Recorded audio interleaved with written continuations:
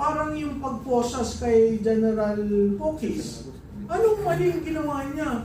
Biro mo yung pamilya galing sa bakasyon, paglabas mo dun sa tube, na andun na yung mag-aaresto sa'yo. At bakit natin tinatrato ang mga official natin ganon? Yung isa, reterito. Yung isa, active. So ang tanong ko dito sa administrasyon na ito, ganun ba ang tingin nyo sa mga taong nagsilbi? Pagkatapos makikita mo kung saan siya galing, kung saan siya nakipaglaban. Ha? Nandun pa sa UN Peace Forces. Hindi ordinaryong tao si Colonel Odi para nyo ganyanin. Katulad ng ginawa ni Colonel Odi, katulad ng sinabi ko kanina, ibig ba sabihin pag nag-withdraw ka ng support sa presidente, you're being partisan already? Manindigan tayo, ipahayag natin ang ating tunay na damdamin na hindi na kami naniniwala sa Pangulo dahil ayaw niyang harapin ang mga allegations sa kanya. Hindi, alam mo, ang problema, hindi namin ito linabas, but we did a correlation study between the fall of the trust of the President from the time my BFF became the spokes. There is a direct correlation. Tuwi siya nagsasalita, umuusad. Tuwi, lahat ng banat niya umuusad ang Pangulo. Kaya nga ang parati kong sinasabi, ano ba itong ginagawa ninyo sa institusyon? Kasi ako, institutionalist ako eh. Katulad nung nagsalita si Colonel Odi, no? Institution. Pag binasa niya yung sinabi niya, wala naman siyang sinabi mag-resign ka. Kala ko nga, nung nabasa ko, sobra na, bakit wala yung pangatlo? Tapos yung una niyang sinabi doon na allegiance to the Constitution and to the Armed Forces of the Philippines. So anong kaso? Tama yung sinabi ni General Garcia eh. Anong kaso? Clear siya doon. Sabi ko, magaling ang nagsulat nito kasi linagyan ng personal. May word ng personal. Withdrawal. Hindi nga niya sinabi President Marcos eh. Mr. Marcos. Diba? So, yung makikita mo that it is a personal statement, hindi bumalik siya, hindi niya sinabing naka-uniforme siya, yung respeto doon sa sundaluhan na andon. So ano yung pagkakamali niya? Parang yung pagposas kay General Pokis. Anong maling ginawa niya? Biro mo yung pamilya galing sa bakasyon, paglabas mo doon sa tube, na andun na yung mag-aaresto sa'yo at pinusasan. At imbis na dalhin sa korte para maibalik yung warrant, idinaan mo na sa krame para magpiano. How do you treat? Bakit natin tinatrato ang mga official natin ganon? Yung isa, reterito. Yung isa, active. So ang tanong ko dito sa administrasyon na ito, ganun ba ang tingin nyo sa mga taong nagsilbi? Itong si Colonel Odi yata malapit na mag-retire. Retiring ng May 21 or May 12? Oh.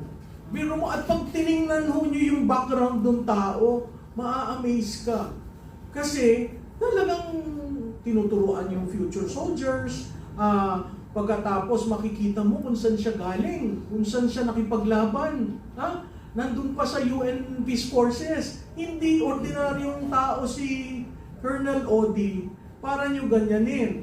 Ngayon, dun sa mga iba na pumupukol na meron namang ibang mga kasundaluhan na opisyal na banat ng banat na rin sa administrasyon dati, hindi ko alam anong pagkakaiba nun.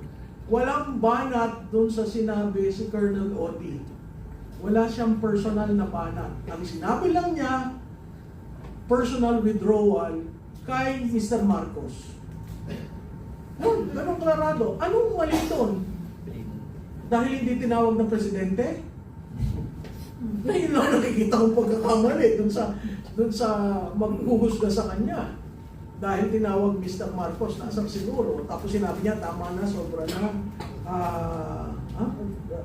paglaban ng Pilipinas. So, he didn't even say resign. He didn't even call for the soldiers or the rank and file to withdraw support. It was a personal decision. Parang yung mga tumatayo at nagsasalita sa administrasyon na ito, it is a personal decision. So bawat tao, bawat Pilipino, dapat to, there comes a point in our life na kailangan natin magsalita. Nung bata pa ako, nandun ako sa EDSA 1. Nung EDSA 2, kay ERAP, wala ako doon. Nasa ibang bansa ako, nag-aaral ako. Tapos sinabihan ako ng boss ko, bumalik ka na kasi may mangyayaring pagpapalit ng gobyerno. Sabi ko, ayoko, hindi naman ako bumoto dyan. So, ito, hindi ko siya binoto, kilala ko sila mag-asawa, pero yung pag tinitingnan mo, ano ang legacy nitong administrasyon na to? On the third year, sasabihin ko, isang legacy, budol. Huh? Binudol tayo sa unity, One word. binudol tayo sa continuity, binudol tayo sa infra fund, no?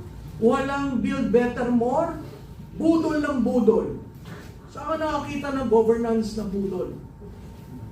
Ay, sa public administration ho, hindi ho yan napapag-usapan. Sa public administration, pinag-uusapan accountability, transparency. No? Kailangan liwanagin sa ating kasundaluhan, sa ating kapulisan, yung mga uniform personnel, yung ibig sabihin ng non-partisan. Mas effective ito, mas applicable ito dun sa panahon ng eleksyon. You are not allowed to take sides. Okay lang yun during election. Pero after election, sa situation ngayon, I don't think non-partisanship applies. Katulad ng ginawa ni Colonel Odi, katulad ng sinabi ko kanina, ibig bang sabihin pag nag-withdraw ka ng support sa presidente, you're being partisan already. So I don't think even that prohibition against non-partisanship was violated by Colonel Odi. I think dapat nga at this point in time manindigan tayo. Ipaalam natin, ipahayag natin, sundalo man tayo, o pulis o bumbero o Coast Guard o BJMP. Manindigan tayo, ipahayag natin ang ating tunay na damdamin na hindi na kami naniniwala sa Pangulo dahil ayaw niyang harapin ang mga allegations sa kanya. Yung mga nagke-question mark dun sa mastermind, hindi yung question mark sa akin, pinangalanan ko na nga siya. Sabi ko, harapin mo yung mga allegations sa iyo. Ikaw ba drug addict o hindi? Para mawala yan.